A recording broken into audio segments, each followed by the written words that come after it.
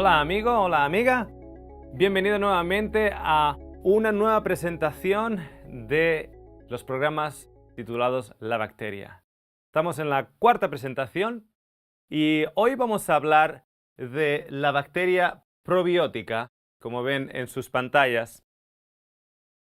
Hasta el día de hoy, lo que hemos ido recapitulando es el hecho de la importancia de tener un portfolio de bacteria equilibrado, y eso nos va a repercutir en nuestro estado de salud. Cuanto más joven eres, cuanto más bebé eres, más bacteria tienes, más vida tienes. Cuanto más viejito eres, menos bacteria tienes y más cerca estás del final de tus días.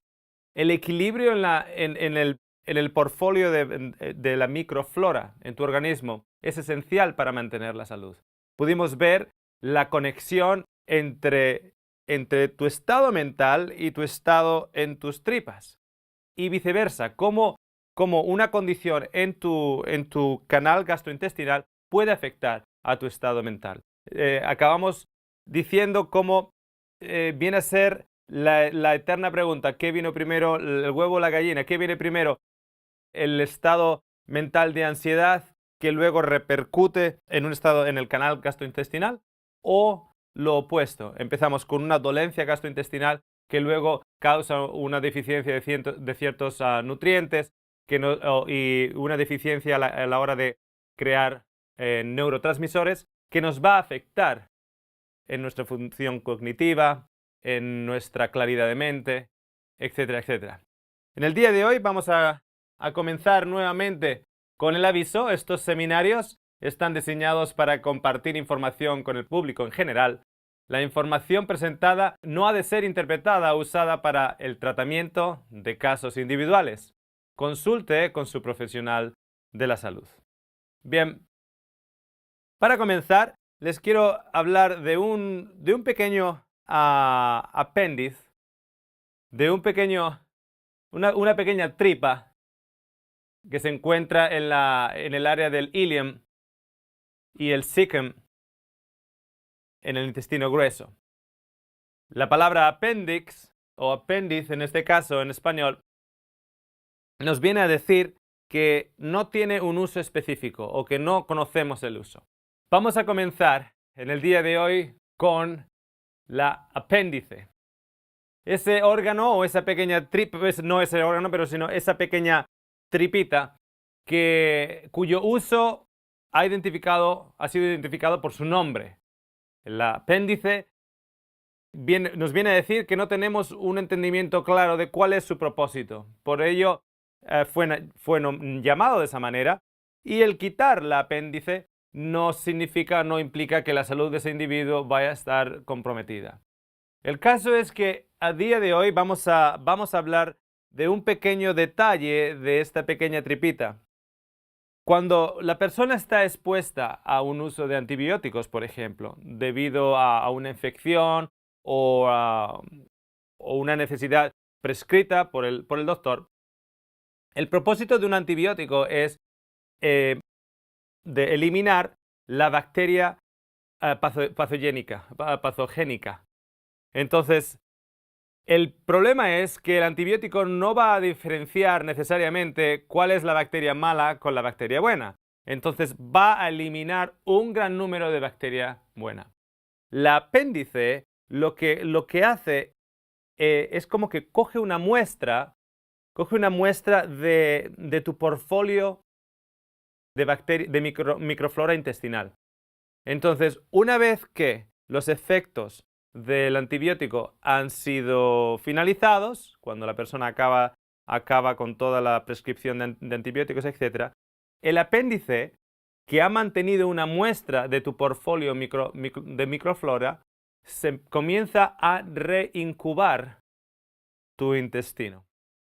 ¿Ok? Y es como que consigue retornar o al menos tratar de retornar al estado de equilibrio de la microflora en tu intestino. Evidentemente, cuanto más y más uso o abuso de antibióticos ocurra, ese balance va a estar más difícil de conseguir. Y no solo eso, sino que existe una ventana de oportunidad para otro tipo de bacteria para ocupar el lugar que antiguamente no tenían. Y comenzamos a tener más desbalances en nuestro canal gastrointestinal. Son muchos las personas que después de una serie de prescripción de antibióticos necesitan 6 meses, 9 meses para aliviar síntomas de hinchazón, para aliviar síntomas de diarrea, para aliviar síntomas que esas personas se notan que algo pasó a raíz de concluir con la prescripción de antibióticos. Los antibióticos son necesarios en muchas circunstancias, para ciertas infecciones, etc. Pero lo que sí existe es un abuso de ellas. ¿De acuerdo? Les quiero mostrar una palabra. La palabra es eubiosis. Es el estado de equilibrio microbiano en el canal gastrointestinal. El estado de equilibrio en ese portfolio de bacteria. El equilibrio de la flora intestinal se identifica cuando predominan los lactobacilos gram positivos y las bifidobacterias. Estos representan una barrera contra la invasión patogénica hacia el organismo. En otras palabras, lo que el organismo busca en todo momento es un equilibrio. Y un desequilibrio en su estado va a facilitar que elementos patogénicos comiencen a reinar, comiencen a crear un desequilibrio. Y en este caso el desequilibrio se llama la disbiosis. Es el estado de desequilibrio microbiano en el canal gastrointestinal. Alrededor del 85% de la microflora intestinal debería estar formada por las bacterias amigas y el 15% de las bacterias enemigas. Cuanto mayor es el desequilibrio, mayores son los signos y síntomas de la enfermedad. En otras palabras, con un 15% de esas bacterias enemigas, se podría decir, no es que no existan, sino que están bajo control. Están bajo control porque tienen al hermano mayor controlándolas, el hermano mayor que está en equilibrio. ¿De acuerdo? El individuo común elimina entre 2 billones de probióticos mixtos al día, o entre 2 millones de bacterias al día. Y eso lo elimina evidentemente a través de la evacuación. Y esa bacteria necesita de una u otra manera seguir siendo alimentada y seguir siendo inoculada para mantener ese equilibrio. Para alimentarlos usamos los prebióticos. Prebióticos son ingredientes alimenticios no digeribles que estimulan el crecimiento y o actividad de las bacterias en el sistema digestivo. Bien, los prebióticos, elementos no digeribles, pueden ser, por ejemplo, las fibras. Y la fibra en general son elementos prebióticos. Tenemos la fibra soluble y la fibra insoluble. Personalmente, creo que las personas abusan demasiado de la fibra insoluble. Es la que se encuentra, por ejemplo, en los cereales. Muchas personas sienten que ese tipo de fibra en realidad causa irritación. La razón por la cual la persona va al baño y va al baño más regular usando ese tipo de fibras, la fibra insoluble, es por un nivel de irritación que esta fibra puede llegar a causar.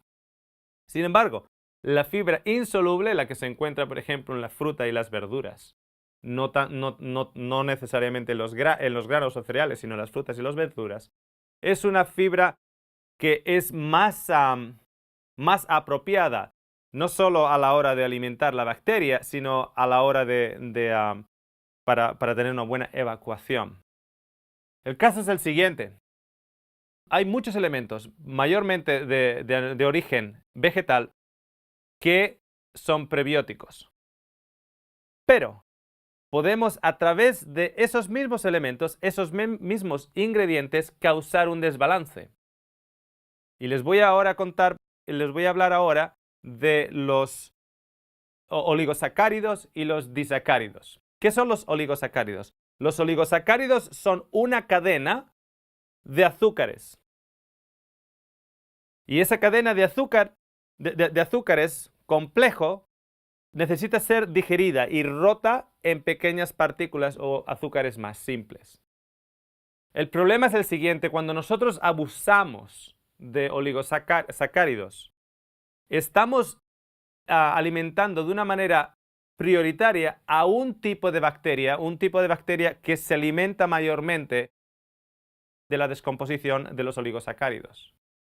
Un abuso de los oligosacáridos puede causar un desbalance en tu bacteria, en tu microflora. Los disacáridos son cadenas de azúcar que contienen dos moléculas. Por ejemplo, la lactosa tiene glucosa y galactosa. El azúcar tiene glucosa y están unidos. Existe también un tipo de bacteria que se alimenta de los disacáridos. Al mismo tiempo, tus enzimas digestivas y tu proceso digestivo puede llegar a romper esos disacáridos. El problema es el siguiente: cuando tú tienes una cantidad de enzimas que van a digerir esos disacáridos, pero tú estás introduciendo una cantidad de disacáridos muy alta, aún tú vas a digerir la cantidad en proporción a tus facultades digestivas. El resto va a alimentar a un tipo de bacteria, con lo que estás empezando a crear un desbalance. No es lo mismo comer un poquitito de azúcar que encontrar azúcar en diferentes partes del día, en diferentes partes de productos. Tú tienes la misma facultad para digerirlo, porque tienes que tener en cuenta tus enzimas digestivas, tu proceso digestivo, y tienes esa capacidad para digerir, digamos, por poner un ejemplo, esa cantidad de azúcar. Cuando nosotros estamos consumiendo esta cantidad de azúcar, el resto está alimentando a un tipo de bacteria, con lo que estás creando un desbalance. Estás alimentando a unos más que a otros. Estás creando realmente un desequilibrio. Imagínatelo de esta manera. Imagínate que tú tienes 10 perros y empiezas de la misma raza, empiezas a alimentar a uno más que a los otros 9. Va a llegar pronto el tiempo en el cual uno se va a convertir, digamos, en el jefe, porque es el más grande, es el que se enoja con el resto, mientras que los otros lo van a tener miedo, van a estar delgaditos, no han crecido lo mismo. Eso es lo que podemos llegar a crear cuando nuestra dieta no es una dieta balanceada y cuando especialmente los oligosacáridos y los disacáridos aumentan. Y entonces, ¿qué elementos contienen oligosacáridos? Bien, los oligosacáridos se encuentran en los cereales, la patata, boniato, camote, batata, yuca y las legumbres. Estos elementos engrupados son los que contienen los oligosacáridos de una manera más evidente. Entonces, ¿en qué manera podemos nosotros crear un desequilibrio de la bacteria, de tu canal intestinal? Bien, mucho pan, mucha patata y hasta se podría decir demasiada de legumbre.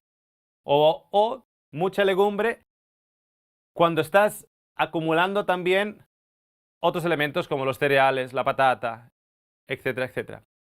Estas cadenas de oligosacáridos, estas cadenas de azúcares que forman un complejo, unos azúcares complejos, tú tienes una facultad digestiva para digerirlos.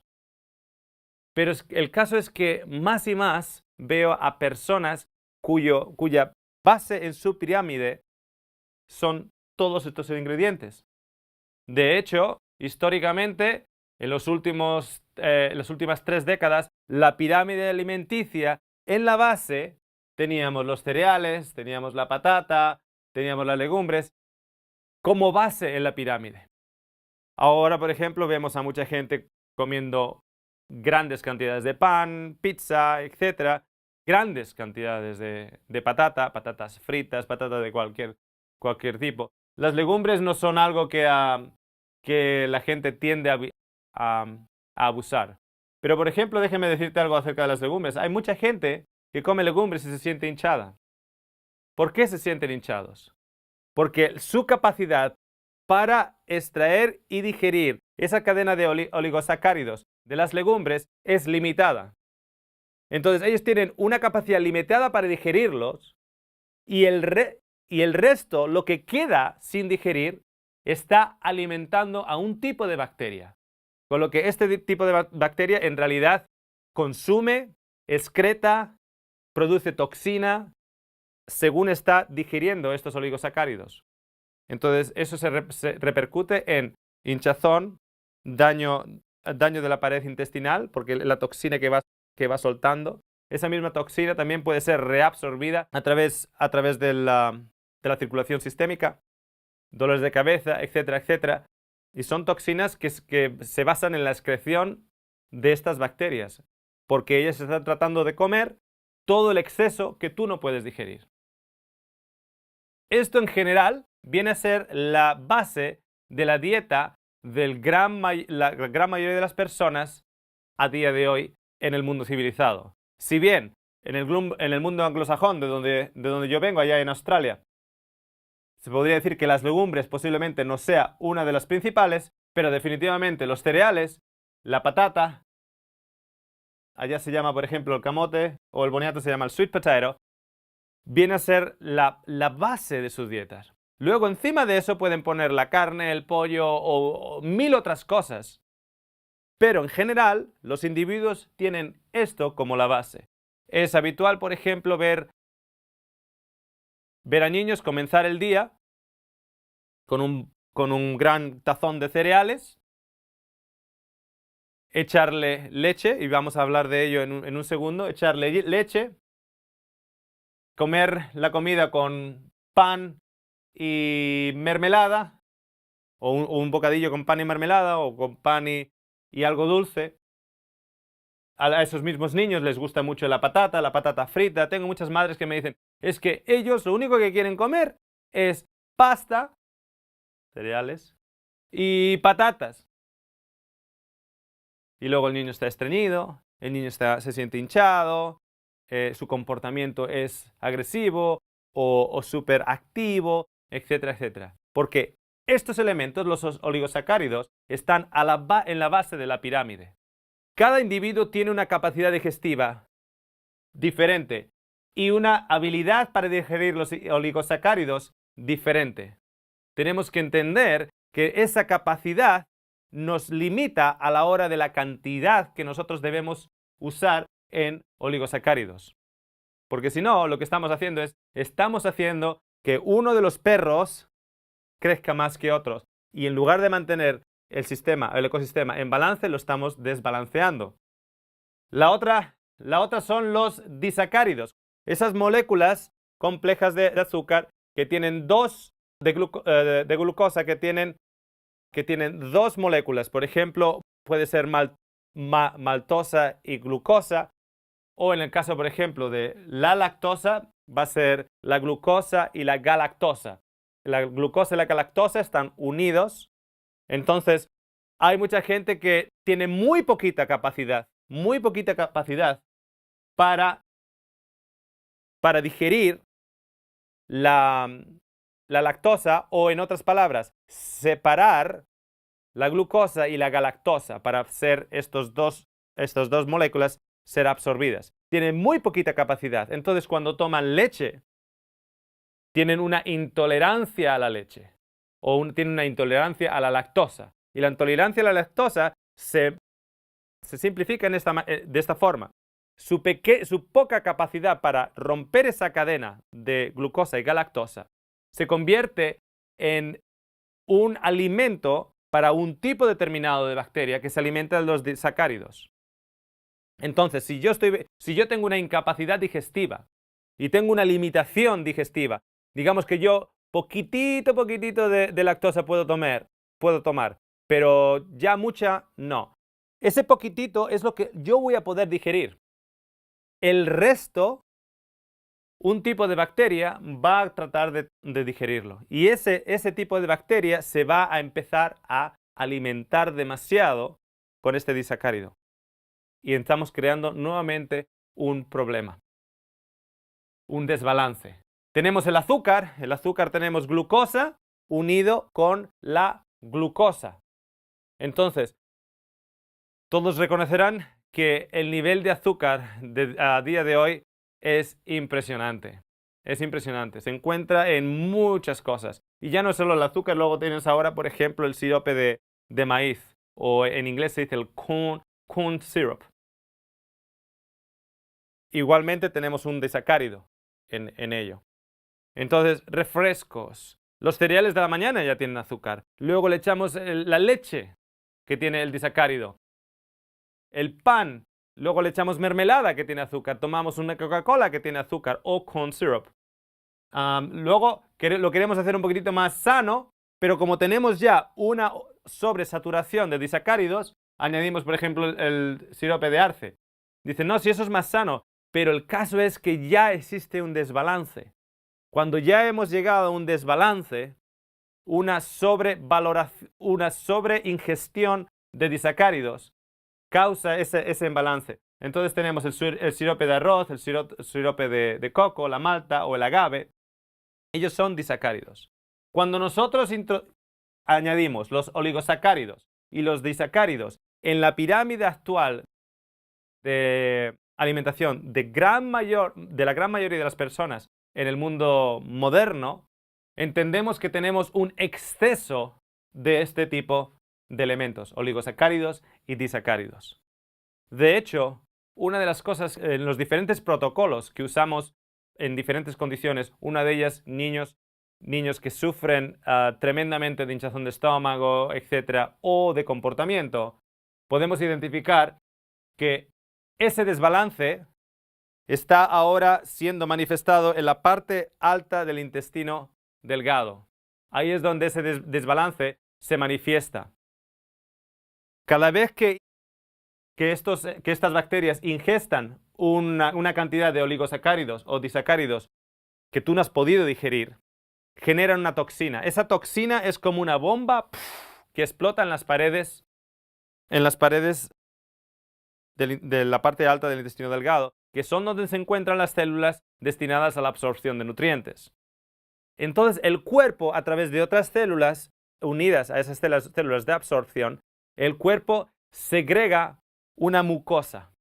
Y segrega una mucosa que empapela las paredes, los muros, las paredes de absorción en la parte alta del intestino.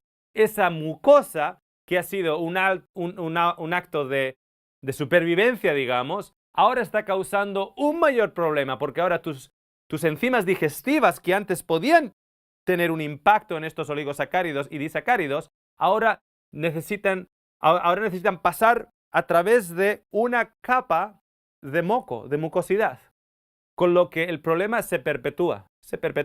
Luego la persona empieza a tener problemas a la hora de digerir grasas. ¿Por qué?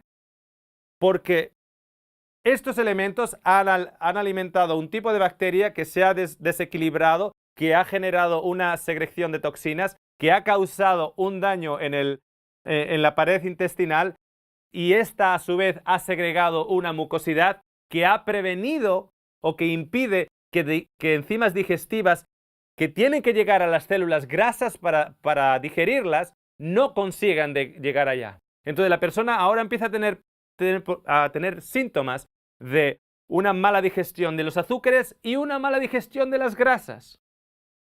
¿Te das cuenta cómo comienza a perpetuarse el problema? Tenemos otro elemento que se llaman los monosacáridos. Y en los monosacáridos tenemos la miel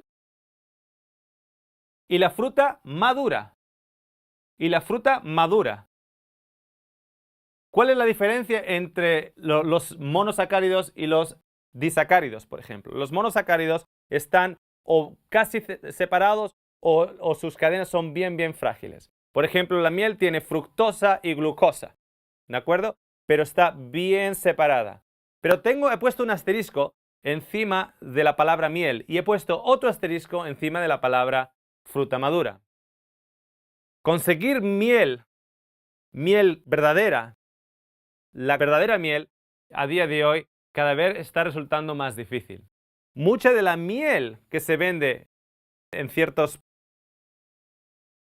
en ciertos lugares contiene azúcar líquida o azúcar líquida ha sido añadida. Entonces, ¿qué se le acaba de añadir a esa miel? A esa miel se le acaba de añadir la sucrosa del azúcar. ¿Me sigues? Mucha de la fruta a día de hoy no está madurada, lo que significa que la glucosa y la fructosa están bien unidas, o la maltosa. Entonces, al no estar maduradas, tienen demasiado azúcares complejos. Tienen en realidad muchos disacáridos. Lo que tenemos que tratar es de consumir la fruta madura. ¿Cómo conseguimos que la fruta se madure? Bueno, en el caso de la banana es claro. Cuando la banana tiene todavía alguna pinta verde, significa que todavía tiene demasiado almidón, tiene demasiado disacáridos o oligosacáridos. Según la banana se va poniendo más con las pintas, con las pecas negras, va madurando, se vuelve más dulce, en realidad se vuelve más digerible en la mayoría de los casos. Si yo cojo una manzana y esta manzana está verde, es una manzana que no está madura, yo puedo madurar la manzana a través del proceso de cocinado. La pelo, la pongo en una olla o en el horno y hago, por ejemplo, manzana asada, no le pongo azúcar, no le pongo ningún endulzante. El proceso de cocinado hace que esa manzana madure. En otras palabras, el proceso de cocinado, debería rectificar, la palabra no es madure. El proceso de cocinado hace que los azúcares complejos, que son los disacáridos y los oligosacáridos, los azúcares complejos se convierten en azúcares simples. Entonces, estos elementos, los monosacáridos, son aceptados porque son más fáciles, están más sueltos cuando llegan a tu intestino delgado a través de las enzimas para comenzar a digerir los azúcares en tu boca. Si tú masticas bien la fruta, si saboreas bien la miel y es miel correcta y la fruta es fruta madura, para el tiempo en que llega al intestino delgado, las moléculas están separadas y tienes muchos monosacáridos. Los monosacáridos son mucho más fáciles de absorber. ¿Ok? Son mucho más fáciles de absorber. Mucho más, definitivamente, que el resto de elementos escritos aquí. Así que vamos a hablar un poquitito más en el siguiente episodio de la fruta en particular, y luego vamos a adentrarnos en una lista de probióticos para diferentes condiciones o para diferentes estados de la enfermedad. Nos vemos en el siguiente programa.